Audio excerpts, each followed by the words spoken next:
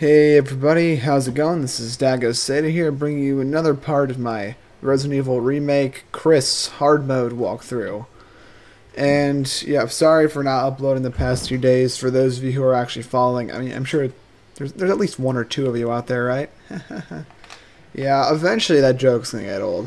Anyway, yeah, so yesterday, Monday, I was busy and I couldn't really do any more commentary. I usually have it done ahead of time, but this time I couldn't really do it.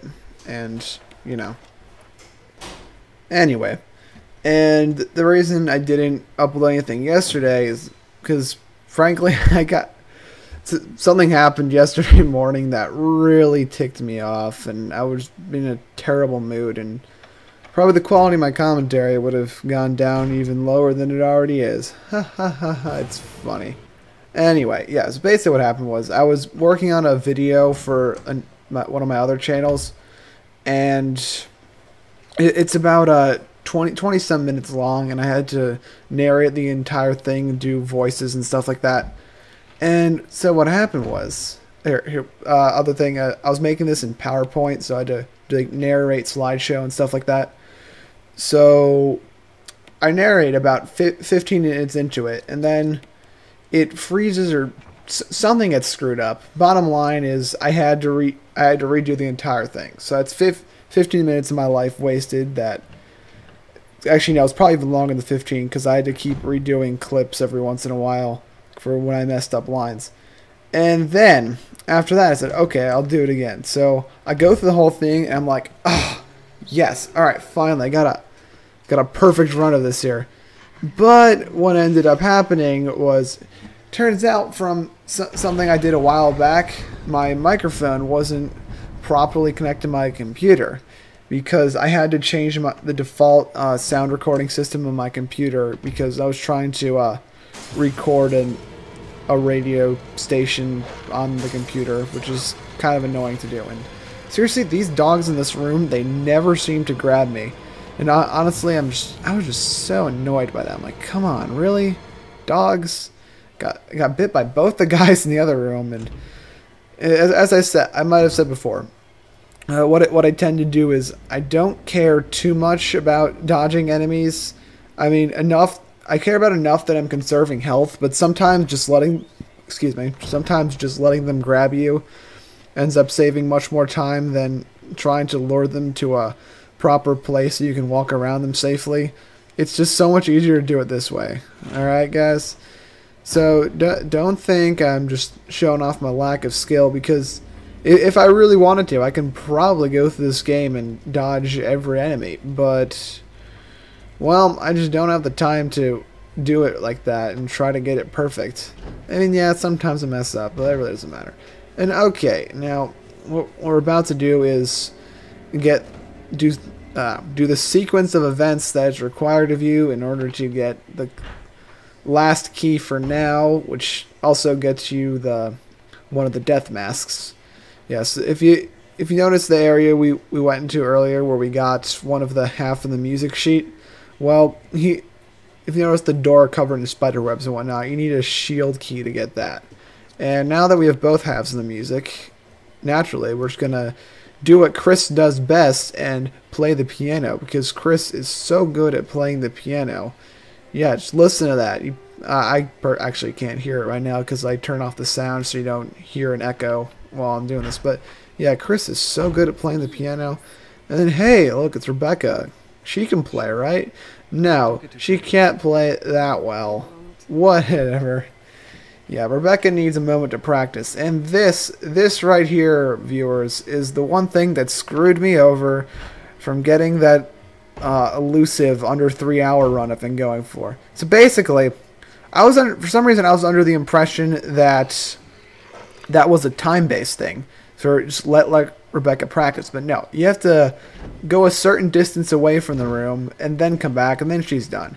By the way, so I just cut out like 10 minutes of me standing there.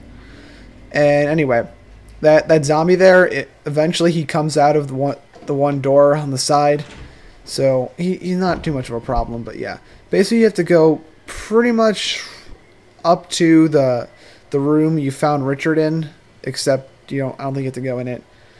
But yeah, so I'm not gonna spend all my time complaining about that because it's in the past. I recorded this early in the morning. It was a lapse in judgment for some reason. I don't know. I usually do that right, but I guess this time I didn't.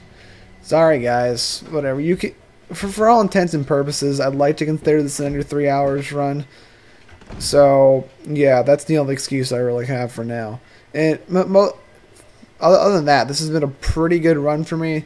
As I said, I'm not one of those like Resident Evil robots that does 90-minute runs of this game.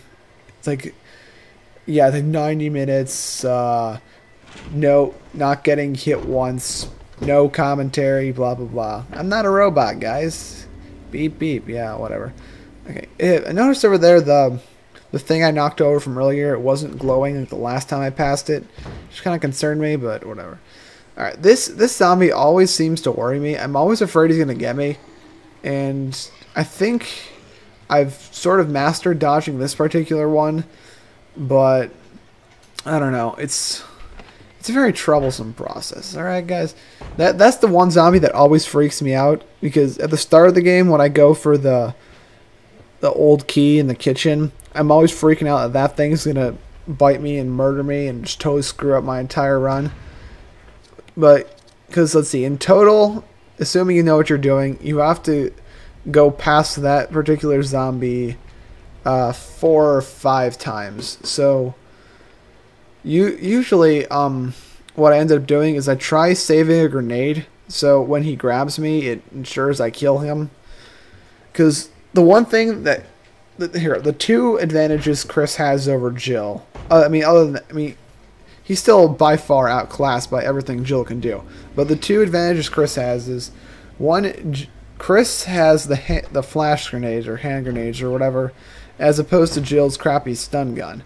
And the thing that makes the hand grenade so much better is that it, without fail, will blow off the zombie's head, which is by far the best type of defense you can ever want in this particular game, because you need to take off their heads or burn them, and burning them wastes time. So it prevents a Crimson Head from happening.